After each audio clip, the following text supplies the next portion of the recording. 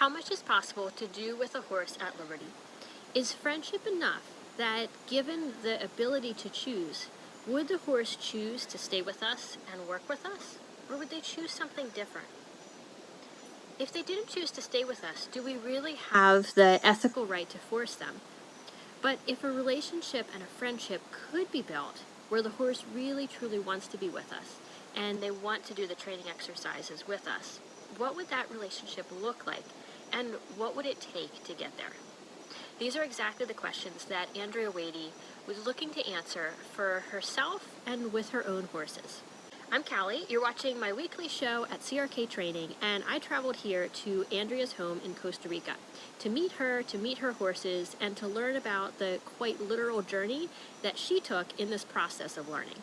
Andrea's been riding ever since she was young. She competed in show jumpers, she trained extensively in natural horsemanship, and she also moved to positive reinforcement to improve the relationship between her and her horse. But she still felt like something was missing.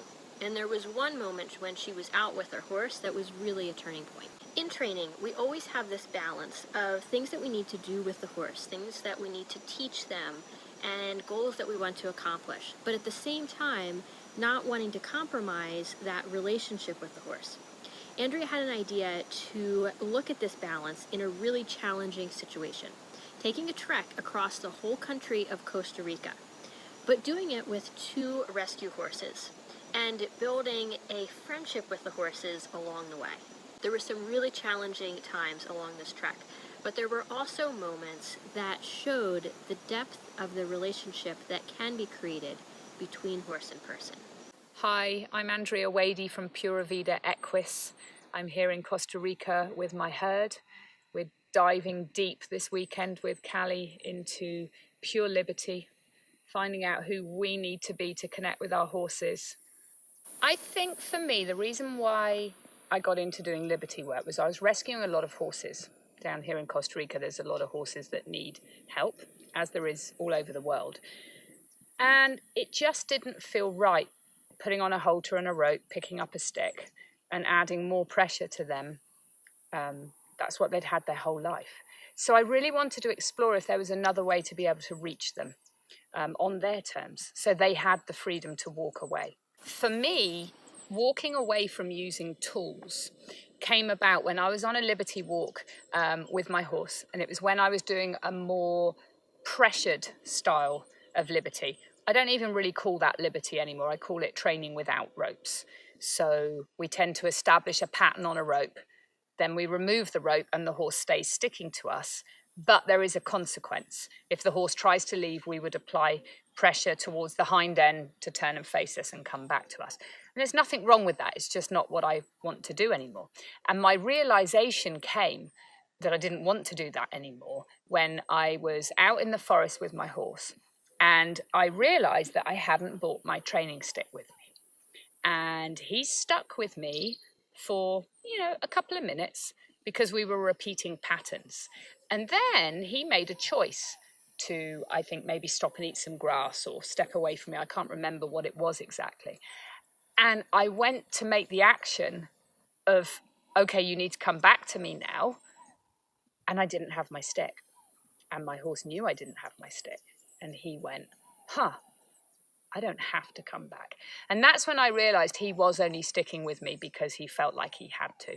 I'm not saying he didn't enjoy our time together. I do think he did. But it made me really want to dive in to how can I achieve the connection that I had with tools without them, with the horse truly having a choice, not just a marketing ploy of having a choice, really and truly having a choice, that they can leave me at any moment. Who did I have to be for that horse to want to stay with me? So the difference between pure liberty and pressure-based training is that there is no consequence. There is absolutely no consequence. The horse will only stay with me if he really wants to.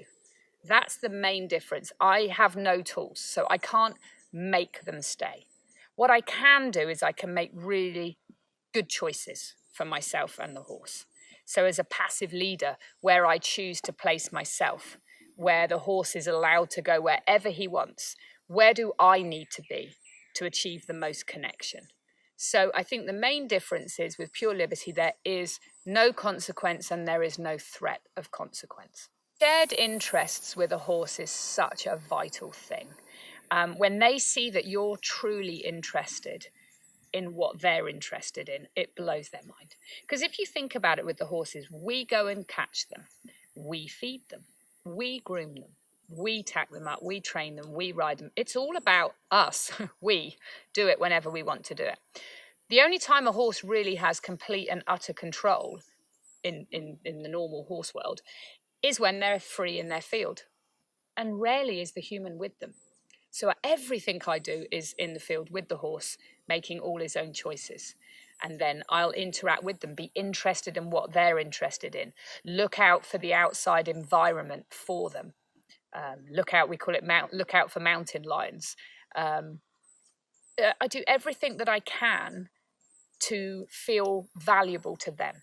I want them to see me coming and go, oh, my life is going to be so much better while she's here. Because I'm going to look out for things for them. I'm going to keep flies away from them. I'll maybe protect them from the most dominant member of the herd. So they see a value in me being there. Taming Wild Pura Vida was an expedition that we undertook, a trek last year, myself and Elsa Sinclair from Taming Wild and freedom-based training fame. We decided to explore horses that had been pretty much destroyed by humans. Elsa had worked a lot with wild mustangs, and they were coming in pretty pure, and she was having great results with them. My speciality was with rescued horses and trying to unlock in the least invasive way and unlocking the try in these horses that had been so shut down and so abused. So our idea was to travel across the country from coast to coast. We traveled from the Pacific coast to the Caribbean coast through the mountains, traveling on average about 18 kilometers a day. We did have to use halters because we were on roads and things at times, but not using them to control or to train, just to stay safe in traffic. So our idea was that movement lowers stress.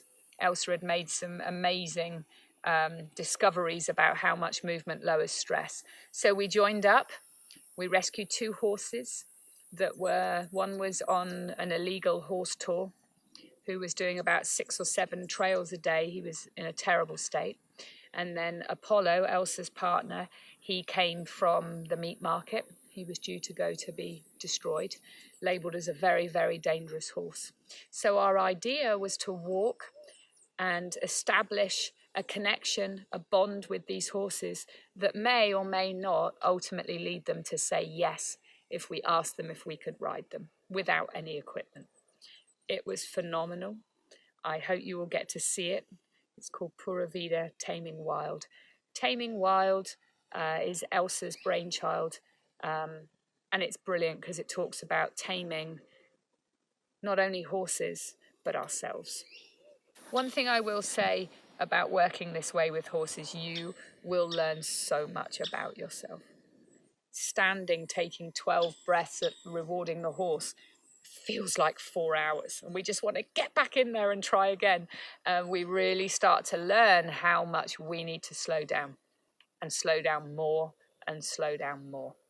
And it's interesting. Something that I found, the less we ask of our horses, the more they offer. That's blown my mind. And I can't ever go back.